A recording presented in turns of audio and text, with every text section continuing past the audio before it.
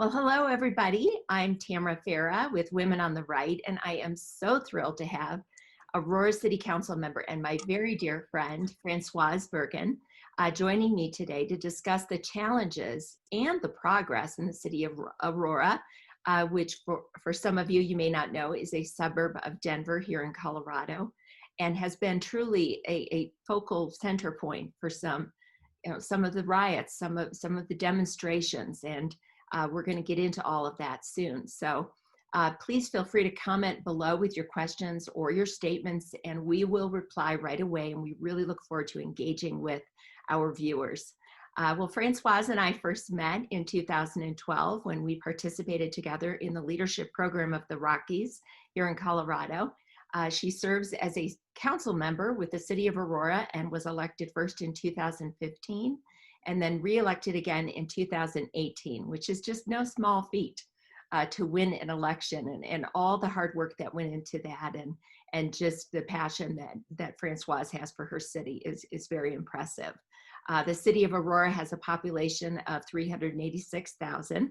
And I want to let you know that she serves on 3 city policy committees in addition to serving on the E470, which is the outer belt around Denver. For those of you who are not from the area, she serves on the E470 Authority Board, the Aurora Economic Development Council, and the Cherry Creek Basin Water Quality Authority. Water, very important. Most of us take it for granted, but it's such an important thing to take care of and manage in the state. So also, Francoise's background includes over 20 years of sales and management experience in the staffing industry. So very impressive, Francoise. I'm just so honored to be your friend. So, Francoise, the Denver suburb of Aurora has been a hotspot, as I mentioned, during this time of riots and racial tensions and unrest, of course, starting with the death of Elijah McClain on August 30th, 2019. And this summer, protesters, walking down the Interstate 225, a shooting took place. Another incident in July this year, protesters breaking windows at the courthouse in Aurora, starting a fire and an unlawful assembly being declared. Many people have seen these things in the news that are in the area and just very carefully watching over what's happening in Denver. And then, of course, just a few days ago, several hundred protesters marched in honor of Elijah McClain and walked 5 miles from downtown Aurora to downtown Denver, supporting Black Lives Matter. And then, bringing some things up to date. Next week, I understand that the council's taking to vote on whether or not to arm the police with military style gear on the one hand, and then on the other hand, you can tell us more later, but I understand there's talks in Colorado in general, and I believe in Aurora, about reallocating some funds to police funds to social services and bringing in social services personnel instead of the police in some instances. So much going on. But, before we get into commenting even on some of those events, Francoise, I would love for you to share with us about Aurora's growth, the positive economic development, and city council elections. We all know elections matter and they make the difference. And so tell us about that right there in Aurora and some of the policy goals. Well, thank you, Tamara, and it's a pleasure to be with you today. Miss you, seeing you in person for sure. So anyway, we've had a lot of growth and a lot of good things happening in Aurora, and things besides the Gaylord Resort coming in. We have Chase Data Center. We have, of course, Amazon Fulfillment Center that has been here for several years now. We also have some new developments happening, one called Painted Prairie that is just south of the Gaylord Resort, and predominantly came about because of the Gaylord. So when that came into existence, we're starting to see a lot more economic development, both from the residential perspective and also from the commercial side, with new businesses wanting to relocate to Aurora. And then we also have another development called Aurora Highlands that will probably end up looking like Highland Ranch one day. So it's massive. And then we also have, speaking of water earlier, we have a new reservoir that we are going to be building coming up in the next 5-10 years. called Wild Horse Reservoir up in the mountains. And so that's so important that as a city grows, that you have water to sustain you into the future. So we're we have a great water department, always looking into the future. So, I mean, that's just some of the positive things. We're really proud of where the city has gone in terms of the growth and the quality of life here. We have a lot of amenities such as recreation centers and reservoirs and so forth. So it's just a great place to live. But we have had a lot of challenges recently. Yes, yes, absolutely. Well, just, you know, if you could just tell us what it's been like for the citizens of Aurora to, you know, just have that ringside seat to some of the unrest coming right into your very own city. And again, going back to Elijah McClain's death and what you feel that set off in the city. And then as that momentum picked up, Sure. George Floyd's death. And Yeah. I mean, the death of Elijah McClain happened in August of 2019 last year. And it was obviously, you know, we were trying to deal with it as a council and from the police department perspective. But then after the George Floyd incident, it really just kind of opened up, you know, the racial tensions and so forth in our country. And obviously our police department being under a lot of scrutiny with that incident and actually a couple other incidents. So there's been a number of protests. I mean, really almost every weekend for months now. And some of them have been very peaceful, which is wonderful, you know, to honor Elijah McClain. And then some of them have been kind of hijacked by some activists, agitators that have caused some violence in our city. so tell us about that. How are the citizens of Aurora feeling? Do they feel, you know, unsafe in the city or hesitant to go to certain parts of the city that? Right. Yeah. Especially with the protests going on, I think a lot of people are hesitant to go to our municipal building, which is where our police headquarters and our central library and our municipal building are located, and the courthouse. So, you know, you kind of hear that from people like, you know, don't feel like I want to go to anything that would be in that vicinity, as well as even we don't really have a downtown in Aurora. So it's really the center is more of the municipal building, and then also some of Colfax that borders Denver, where some of the marches have taken place. So yeah, I've heard, you know, some apprehension, but then there's a lot of people that, you know, really may not even be aware of what happened, even though it made national news. I think overall people feel fairly safe in our city. The protests are a little bit concerning to some folks, especially when there have been on social media some talk about coming into the suburbs, and that's where people get really upset because they feel like, you know, that's just not something that they ever imagined happening is a protest happening in a residential neighborhood. So that is really where people feel a little bit fearful. Well, we actually had members of Black Lives Matter walk down the street just below the house. Actually, we don't live in that home anymore, but and they marched down our street, you know, and we're clearly in a suburb in Colorado Springs. So there wasn't anything violent in their activity. They were more, you know, had their megaphone and were shouting out things. So there was no feeling of threat, but nonetheless, it's a little unnerving to have people protesting in our suburbs. And of course, peaceful protesting, you know, is a right of Americans. Sure. So in this case, in our neighborhood, it was peaceful, but it's just not the case in a lot of our cities. So I think it does make people just wonder about safety. And so what has the police response been there in Aurora? And I know that's just been a big challenge in a lot of cities. And of course, the ones that have the most riots are Portland, Seattle, Chicago. But what's that been like for the police department there in Aurora, and what kind of decisions have they made on, you know, like even at the courthouse with the fire and just different incidences? Right. Well, I mean, one of the protests that happened, the police really were trying to protect our police headquarters at one point. So this was different from the damage at the courthouse, but a barrier had been broken through and police were giving dispersal orders to the crowd to disperse, and they were being ignored. So there was really a large peaceful protest going on that was fine, but then you had these other groups that were part of the, some of the violence and so forth. So the police used pepper spray. In fact, I don't even think it was Aurora police. I think it was an Arapahoe sheriff deputy that used pepper spray on someone.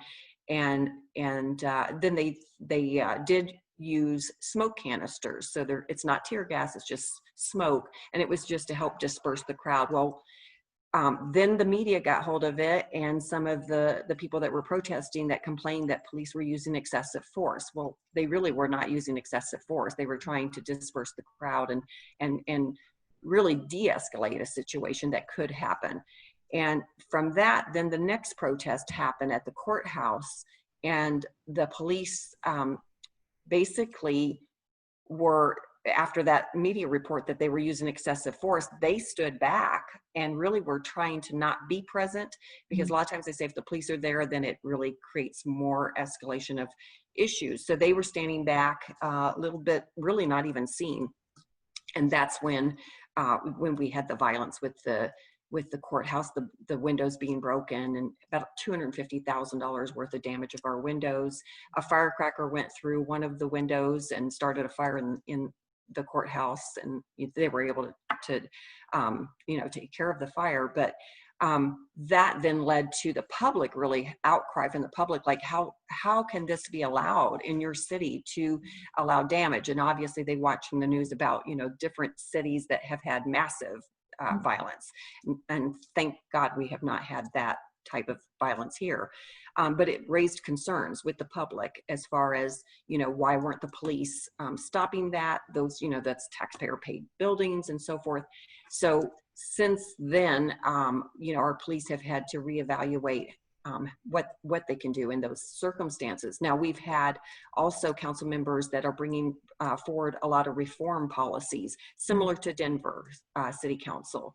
And recently, before the legislative session closed in May or June, whenever it ended, SB 217 was passed, and that was police reform. And so that one of the things in that reform was to take away qualified immunity from our police officers. And so we're seeing, really from our police officers, a lot of police leaving the department. We've had close to 50 officers leave this year so far. And it's because of kind of an anti-police sentiment, as well as, some of the reforms that are coming down, not only from the state, but then even within our own city, to take away some of the tools that the police officers use, and really tying their hands in terms of being able to fight crime. So morale is really kind of down, and we have a brand new police chief. She was the interim for a while, but it's just causing, a lot of issues with police leaving and then crime going up. So we've actually seen an uptick in crime, and it's not just Aurora, it's nationally. You see it everywhere. And so that's really concerning. You don't want to be losing your police officers when crime is up. Right. Well, and just going back to the courthouse incident, you mentioned that the police were standing down. Yeah. It was peaceful protest, but then it was after that that they moved in with some. Right. And there was a lot of talk of like, oh, these protesters aren't ever going to do anything, destructive like they did in Seattle or Minneapolis. But then obviously they did, so it would kind of prove the point that yes, of course, most protesters are peaceful and don't want to cause any kind of, damage or destruction to any buildings, but there are, those that do, and it was proven. So before we go on to talking a little bit about some more of the police reforms, which I think there's significant implications, like you mentioned, the statewide legislation, and then all the local government will need to grapple with that with their own police departments. But just going back to you know, the protesters, the riot, everything from peaceful protesters to maybe rioters. Do you have a sense, Francoise, even within your own community, from a percentage standpoint, of who's really from your community and who's coming in from another location that you don't believe these are, what is it, Aurorans? um, the peaceful protests, I think, are a lot of our residents that certainly wanted to show their, you know, some showing just wanting to be there to honor Elijah McClain, and others really wanted to make statements about, you know, the police that were involved in that incident and led to his death. So, you know, you've got that, but it was all peaceful. I don't know how much were out of state in terms of going to our protests. I think really they're local. They're not necessarily from Aurora, though. A lot of them, I think, are from the Denver area. We had the Denver Communists. We had a party for socialist liberation. I can't remember what the name of it is. So we've had some other groups that have formed, and I don't know 100% if they're, you know, from our area or not, but I think a lot are. Okay, okay. But clearly there are some other outside groups Right. coming into Aurora with their agenda, and potentially other cities in Yeah, the and I think a lot of them, when you saw what happened in Denver at the Capitol, I think they probably did have some outside groups come in from other states. I just don't know how much that they have influenced our city. Right, right. And then of course there's, you know, the conversation just from the RNC event in Washington, you know, at the White House on the final, Oh, yeah. you know, just the big, huge question mark about an airplane full of people being flown in and then flown back Yeah. out. Yeah. You know, I don't know where we're at with proof on that, but I know that's a question for a lot of people in these cities. Are these citizens, and I would say, I would guess in every instance there are citizens who are going to join into some of those protests Right. and riots. But it's going to be interesting to see how that unfolds. And as the DOJ even is doing its investigations about Sure. what's happening in some of these bigger cities where we're seeing it on an ongoing basis, who's really doing this and who's really footing the bill. Yeah. Well, I can tell But you, how that applies to Aurora is another thing. Even in general, these are just questions I think Americans have right now. sure. And city council actually for, oh gosh, probably the last 3 months have been getting hundreds of emails every single day regarding Elijah McClain. And those are, you know, that's something that's been done on a national basis. I think they're computer generated. You know, you probably join a list or something, and we get these emails and they're completely scrambled. So they're Wow. hard to read. And it obviously we cannot read hundreds and hundreds. I think at one point we were looking at having 50,000 emails that were coming into the city, as well as overloading our phones with calls. So, you know, from all over the United States, some from England. Interesting. And yeah. Wow. So, So you would say in general, though, that people that live in Aurora are still feeling fairly safe, maybe just avoiding certain areas. I would say so, yes. Now they are concerned about, you know, the increase in crime, and that doesn't necessarily, well, we've had actually the largest increase in homicides this year than we've had, but we also have increase in burglary and vandalism and those type of things. Again, pretty much tracking nationally the increase, and that's concerning to especially the residents that I represent in Southeast Aurora. Those are the ones that I would typically hear from.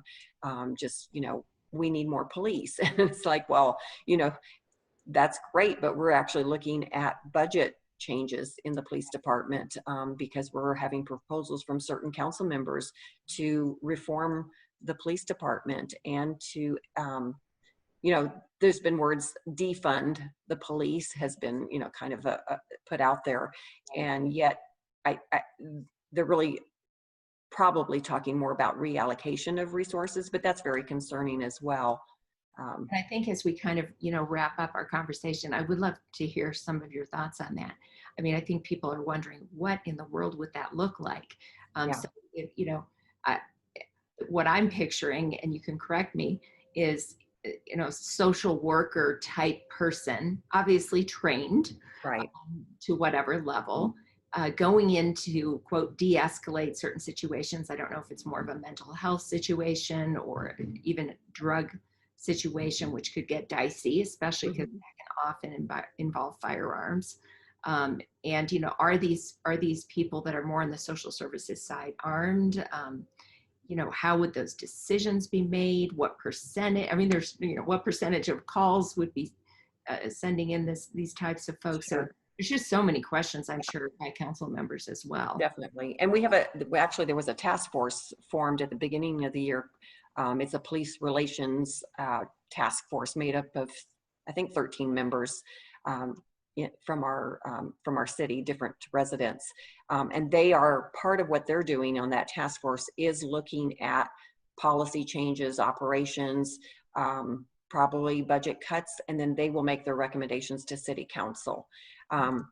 In terms of the social worker aspect, we actually have a program in place and have had it for the past year where we do have a social worker type of person that can go accompany a police officer on a call. Now, we only have, I want to say we only have 3 or 4 of those individuals. So it's, and those would be on calls where we think it's a mental health issue. And they, again, but the police certainly are there to protect them in case anything happens. Okay. So we've done that, and it could be a good idea. You have to be really careful how you utilize that, and that you do not put those people in harm's way. Right. They're certainly not equipped to be able to handle, violent situations. So some of the ideas are good ideas. It's just how far people are taking it. And when there's talk of completely, starting over with the police department, taking away their tools, taking away their, one of the proposals is take away pepper spray and to not have, militarized equipment and so forth, like rifles. Like people are not thinking about all the circumstances that our police deal with. I mean, we have narcotics division, we have gang unit and so forth. So these are things that police don't typically utilize, but there are going to be those very rare instances where they better have the right tools so that they can, deal with a violent situation and protect the public. Yes. Oh, I totally agree. And I don't know if you can comment on how you think that vote will come out. I understand the council's voting on that next week regarding the uh, kind of more military level equipment being available. Yeah. So we have 10 council members and a mayor, and in 2019, when I was reelected, we have obviously new people were elected to council. And so the makeup of our council right now is out of the 10, you have pretty much 6 that are going to be looking at more progressive type of policies and represent, even though it's a nonpartisan, race, we certainly come with our own philosophies, myself being a conservative. I try not to bring politics into city council matters, but unfortunately it's gotten very partisan and political with these kind of policies that are coming forward. And so if that comes forward, it's likely it could pass. Wow. Without really, and I think a lot of times these policies that come forward, we have a minimum wage policy coming forward as well from one of the council members, is that they're just rushing through. It's almost like the state legislature, get everything done as quickly as possible without taking the time to look at the unintended consequences. Because once you vote on those and you implement those policies or make new laws, ordinances in the city, it is really difficult to reverse it. Right. And just leaving these officers unprotected in potentially difficult situations where they need. Well, again, that's, that is one of the reasons why we are losing some of our officers. They're just taking early retirement if they can. Some of them are just transferring to other states, to other departments, and some are just flat out leaving the department, the police department altogether. And it's really sad. It's so sad, and it brings us full circle back to people then not feeling safe. Right. Your own. Well, public safety has always been a number one priority with our citizens. When we do polls, it's always number one. And Yeah. so here we are now actually looking at, reducing the budget and taking away some of the possibly even some of our divisions within the police department. Mhm. And it's just too rash and it's not well thought out. Well, Francoise, thank you so much for sharing with us today with Women on the Right and with all of our listeners. Again, we welcome your comments below, your questions. If it's something for Francoise, we will be replying and answering and interacting with you. So thanks for joining us. Thanks for the great update in the local city of Aurora. I think it's so important for us to know as Coloradans what's happening in our communities and what it's really like, boots on the ground, just right in the fray. What's it Right. like in our cities? Thank you for serving the city of Aurora, Francoise. We really appreciate all that you're doing there. Well, thank you. And that one word I would like to say to the listeners is you really need to know what's going on in your local city government because a lot of things happen there that affect you in your daily lives. That's so good. And don't hesitate to get involved, Exactly. especially if you are conservative. We really want you involved in on boards and commissions locally in the county, in your city. Yeah. So we're happy to answer any questions you have about that as well. So thanks for joining. Thanks, Thank Francoise. you so much. Take care. Have a good Labor Day weekend. Thanks, you too.